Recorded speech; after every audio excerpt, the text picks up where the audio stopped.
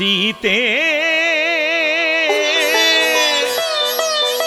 राम कथा हृदयम।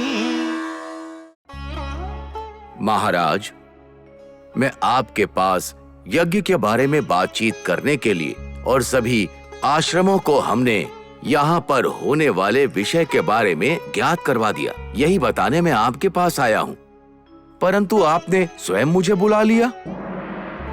गुरुदेव, मैंने आपको यहाँ यज्ञ के बारे में समीक्षा करने के लिए कदापि नहीं बुलाया है, क्योंकि आप मिथिला के राजगुरु हैं।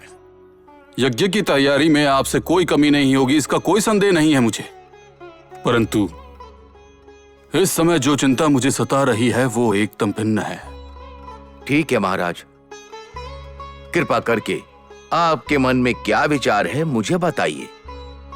गुरुदेव, महामंत्री जी, आप सब जानते हैं कि इस भूमंडल पर उपस्थित जितने भी राजा और राजपुत्र हैं, उनमें से सबसे बलशाली, जिसने देवों को भी जीता है और जिसे सबसे ज्यादा वर मिलने का घमंड है, वो रावण है। और रावण जैसे ऐसे बलशाली को भी शिव धनुष हिलाने मात्र के लिए इतना कष्ट करना पड़ा हो तो कोई साधारण राजा उसे उठाने का सामर्थ्य आखिर कैसे कर सकता है? यही चिंता मुझे सता रही है।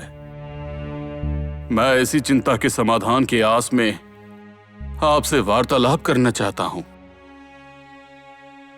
सीता के विवाह को इस स्वयंवर द्वारा करने का मेरा उद्देश्य कहीं मेरी भूल ना हो जाए, यही भय मेरे मन में उत्पन्न होने लगा है।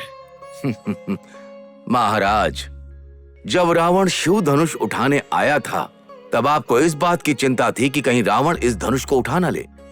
जब रावण शिव धनुष उठाने में असफल रहा तब आपको बहुत आनंद मिला था, और अब वही सारे विचार चिंता का कारण बना है। सुनकर मुझे बहुत आश्चर्य हो रहा है। इस चिंता का एक ही समाधान है। जो रावण की तरह पराक्रमी तो है, पर उसकी तरह दुष्ट नहीं है, ऐसा एक राजकुमार स्वयंवर में आकर उसका शिव धनुष को उठा लेना। हे गुरुदेव, इस भूमंडल में ऐसा प्रतापी राजकुमार कौन है, कहां है? अगर है भी तो वो एक अच्छे कुल का सपूत और सकुल गुण संपन्न भी तो होना चाहिए।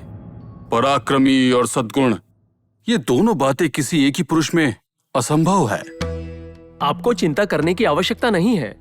ऐसे बहुत से राजकुमार हैं जो आए नहीं हैं, जो अच्छे और उत्तम घराने से हैं। ऐसे राज्यों को एक बार फिर से संदेश भेज देते हैं। अमात्य जी, स्वयंवर का संदेश मिलने के पश्चात यदि बहुत सारे राज्यों से राजकुमार नहीं आए हैं तो उन्हें दोबारा संदेश भेजना निरर्थक है। हो सकता है कि उनकी इस स्वयंवर में कोई रुचि ही ना हो। अपितु यहाँ आने के बाद जो राजा महाराजा असफल हुए हैं, उनसे यहाँ की चुनौती के बारे में जानकर हार स्वीकार करने के बजाय यहाँ नहीं आना चाहते हो। महाराज, आपकी बातों पर भी तथ्य है। जिन्हें स्वयंवर में आने की कोई इच्छा नहीं है, वो पराक्रमी होते हुए भी व्यर्थ हैं। स्वयंवर के इच्छुक हैं, पराक्रमी भी हैं और सकल गुण संपन्न भी हैं, तो भगवान उसे अवश्य भेजेंगे।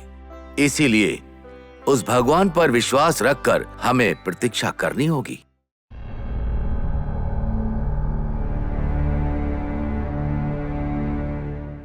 महाराज,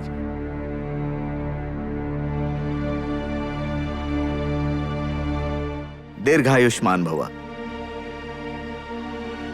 कुल गुरु को नमो नमः। आसन ग्रहण कीजिए।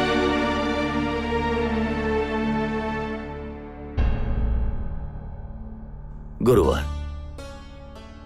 जो जल का प्यासा है, ऐसा लग रहा सम्मुख गंगा प्रकट हो गई। आपके आगमन से मेरे चिंता का जैसे कोई समाधान मिल गया हो। महाराज, आपके पास संपत्ति और साम्राज्य है और अनुकूल पत्नियां भी हैं। आपके सारे पुत्र सद्गुणों वाले हैं और अभी तो आपका स्वास्थ्य भी अच्छा है महाराज, तो आपको किस बात की चिंता है? सीते राम कथा हृदयं